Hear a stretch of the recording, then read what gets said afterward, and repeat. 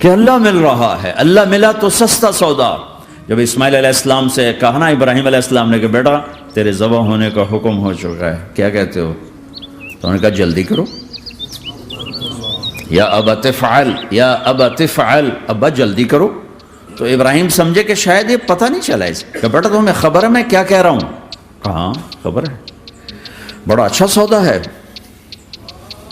آپ کے بدلے میں اللہ مل جائے گا، اللہ آپ سے زیادہ بہتر ہے، دنیا کے بدلے میں جنت ملے گی، جنت دنیا سے بہتر ہے۔ پھر معصوم بچوں کا خیال، ہاں میری ماں کو ضرور تکلیف ہوگی، تو اپنا کرتا اتارا اور اپنے باپ کو دیا کہ یہ کرتا آپ نے میری اماں کو دینا ہے، جب مجھے کبھی یاد کرے گی تو میرا کرتا دیکھ لیا کرے گی، تسلی ہو جائے گی، اور آپ نے اپنے کرتے میں مجھے کفن دے کے ادھر ہی دفن کر دینا ہے، ادھر نہیں لے جانا وہ مکے کی طرف کہ میری ماں کو وہاں تکلیف ہوگی، میرا کٹا سر دیکھ کر بغیر سر کے پورا دھڑ وہ اس کو تکلیف ہوگی۔ ایسا اطمینان سے، چونکہ اور ذبح ہونے والا بھی ایسی باتیں کرتا ہے، بابا میرے ہاتھ بھی باندھ دے، میرے پاؤں بھی باندھ دے، کہ ممکن ہے جب تو چھری چلائے اور میرا ہاتھ پاؤں ہلے تو تجھے لگ کے تمہیں تکلیف نہ ہو جائے۔ پیسے میں چین ہوتا، زندگی میں چین ہوتا نہیں، اللہ کو پانے میں چین ہے، اور ادھر وہ بھی اللہ کو ڈھونڈ رہا ہے۔ ارے میرے بھائیو، 60 برس کی دعا کے بعد بیٹا ملا، 60 برس دعا مانگی، یا اللہ اولاد دے دے، اولاد دے دے، اولاد دے۔ 60 سال کے بعد اولاد ہوئی، 84 سال کی عمر میں،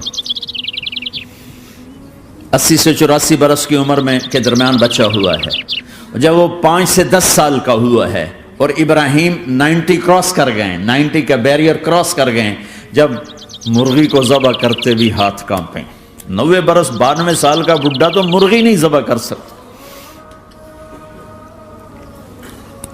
تو اس کو کہا جا رہا بچہ ذبح کر۔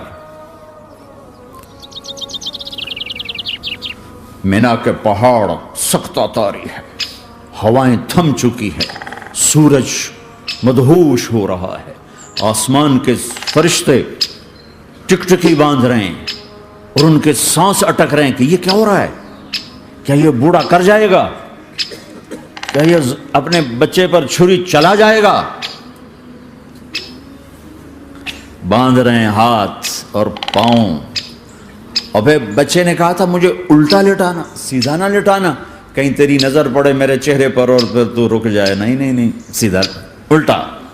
تلہ للجبین، اسماعیل کی وصیت کو قرآن نے بیان کیا، ماتھا ہے ان کے گھٹنے کو ان کی کمر پہ رکھا اور ایسے سر کے بال پکڑے، ایک ہاتھ میں چھری، ایک ہاتھ میں سر کے بال، اور یوں آسمان کو دیکھا، اور یوں تھوڑا سا اوپر اٹھایا نا تاکہ نیچے سے چھری چلائے۔ وہ چھری چلا کے مطمئن ہے، وہ چھری چلوا کے مطمئن ہے، پتہ چلا کہ میری سوچ غلط ہے، کسی اور طرف سکون ہے، جہاں میں ڈھونڈ رہا ہوں وہاں نہیں ہے،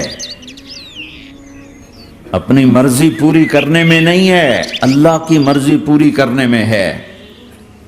یوں پکڑا، گھٹنا رکھا، یوں دیکھا، آسمان کو دیکھنا تھا کہ فرشتوں کی چیخیں نکل گئی، کہ اے اللہ، ہائے ہائے ہائے، کاش وہ مینا کے پہاڑ ہوتے جہاں یہ قصہ ہوا، اب تو حاجیوں کی وجہ سے انہیں توڑنا پڑا۔ اے اللہ، کیا تو مجھ سے ناراض ہو گیا ہے؟ تو یہ سمجھتا ہے کہ اسماعیل کی محبت میرے دل تجھ سے زیادہ ہو گئی؟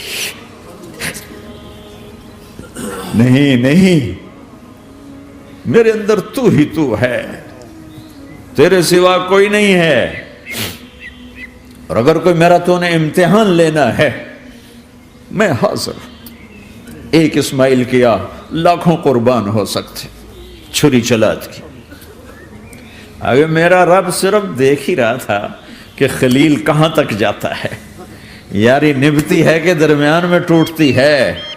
ارے تم سے بچوں پہ چھریاں نہیں چلوا رہا، تم سے کہہ رہا غلط کام چھوڑ دو، وہ تمہاری ہلاکت اور بربادی کا ذریعہ ہیں، یا موت سے ٹکر لے کے دکھا دو، یا قبر کے گڑھے میں جانے سے انکار کر دو، یا موت کے بعد کھڑے ہونے سے انکار کر دو، یا میرے رب کی جہنم کو پانی سے بجھا دو، میرے اللہ کی جنت کو آگ لگا دو، اور کہہ دو کوئی اللہ نہیں، کوئی حساب کتاب نہیں، جاؤ جو مرضی کرو۔ ادھر سب کچھ مانتے ہو، ادھر اسی سے بغاوت کرتے ہو، یہ کیا اسلام ہے؟